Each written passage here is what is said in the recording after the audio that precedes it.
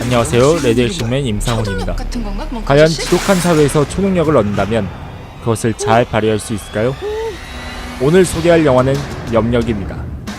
염력은 애니메이션 돼지의 왕으로 데뷔해서 재작년에 첫 실사 영화 부산행으로 1000만 관객을 달성한 연상호 감독님의 신작입니다. 그래서 많은 분들이 기대를 했는데 예상과는 달리 혹평을 하시는 분들이 많더라고요. 그 중에는 심하게 클레멘타인과 리얼까지 언급하시는 분들도 계시고 연병이라고까지 하는 분들도 계시는데 솔직히 그렇게까지 심한 수준은 아니라고 생각합니다. 씨발! 도대체 뭐가 문제냐고!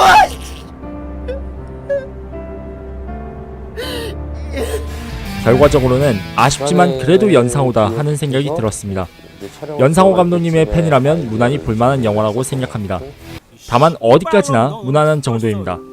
이전까지의 작품들이 모두 무난함을 넘어서는 대작들이었던 데 반해 이번에는 아쉬움이 다소 클 정도로 평범한 영화가 나오지 않았나 싶습니다. 이전 작품들을 모두 DVD로 소장하고 있으면서 존경하며 다다쇼에 취직까지 하고 싶은 생각을 갖고 있는 입장에서 죄송하지만 솔직히 이번 작품은 꼭 DVD로 사야 하나 싶습니다. 이전까지는 역시 연상호였는데 이번엔 그래도 연상호였거든요. 둘 다 좋은 표현이긴 해도 역시와 그래도 사이엔 상당한 차이가 있죠. 그래도 적어도 제겐 최소한 10,000원이 아깝지 않은 영화였습니다. 일단 이 작품은 호불호가 상당히 갈릴 법한 작품입니다. 그도 그럴 것이 장점과 단점이 명확하게 구분됩니다.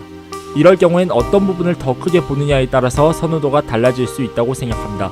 다만 저는 장점을 조금이나마 더 크게 봤을 뿐이죠. 한 50.1% 정도랄까요? 비록 애매하긴 하지만 전 그래도 조금은 좋게 봤습니다. 장점은 부산행에 비해 연상호 감독님의 스타일이 확실히 더 부각되었다는 점입니다. 이분은 기본적으로 염세적인 세계관을 바탕으로 한국 사회의 어두운 면을 꼬집으면서 묵직한 메시지를 던집니다. 돈만 있으면 얼마든지 행복이든 뭐든 가질 수 있다고. 근데 그게 쉽지 않거든. 어차피 돈은 있는 사람한테만 계속 있는 거지. 쉽게 말하자면 매 작품마다 헬조선을 형상화하는데 특히 애니메이션에서 더욱 그 성향을 노골적으로 표현해왔죠. 믿으십니까? 돼지의 왕과 사이비, 서울역이 일반적인 애니메이션과 다른 게 바로 그 때문이라고 생각합니다. 그에 비해 부산행에서 좀비라는 대중적인 소재의 그 성향이 살짝 가려져 있다는 느낌을 받았는데 이번에는 그 성향이 비교적 노골적으로 반영된 것 같아서 좋았습니다. 철거민과 용역의 대립을 주요 플롯으로 다루기 때문에 이야기에서 그 강점이 두드러집니다.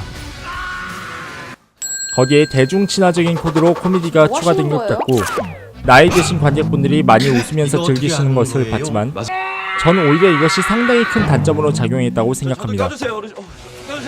이 작품은 전작들과 비교했을 때 부산행보다는 서울역과 더 비슷합니다. 그래서 서울역의 코미디가 결합된 상태라고 할 수 있는데 블랙 코미디적인 시도는 좋았으나 코미디가 나올 때마다 거의 흐름이 많이 끊기는 느낌이 들었습니다. 이 영화의 분위기를 둘로 나누면 폭력과 메시지를 통해 드러나는 진지함과 염력과 코미디를 통해 보여주는 즐거움이 있는데 이 두 분위기를 오갈 때마다 흐름이 끊기기 때문에 개연성이 다소 끊어지는 느낌이 들기도 했습니다. 배우들 또한 모두 연기를 잘했지만 의도적으로 과장된 연기를 할 때 약간씩 괴리감이 느껴지더군요. 악당들 역시 좋으면서도 동시에 아쉬움이 컸습니다. 이전 작품들에서 악당을 아주 섬뜩하면서도 현실적으로 그려서 상당히 좋았는데 이번 작품에선 악당들이 코미디에 의해 희생된 듯한 느낌이 들었습니다. 김민재가 연기한 민사정도 좋고 정유미가 연기한 홍상무도 좋긴 했습니다. 특히 그녀는 상당히 지적인 면모를 보여주고 영화의 메시지를 직설적으로 말해주기에 아주 매력적인 악당이라고 생각합니다. 쉽게 말하면 우아하고 유쾌해 보이지만 역설적으로 살벌한 괴물이죠. 힘을 가지려면 우린 악해져야 돼. 계속 병신처럼 살고 싶지 않으면 괴물이 돼야 돼. 알겠냐?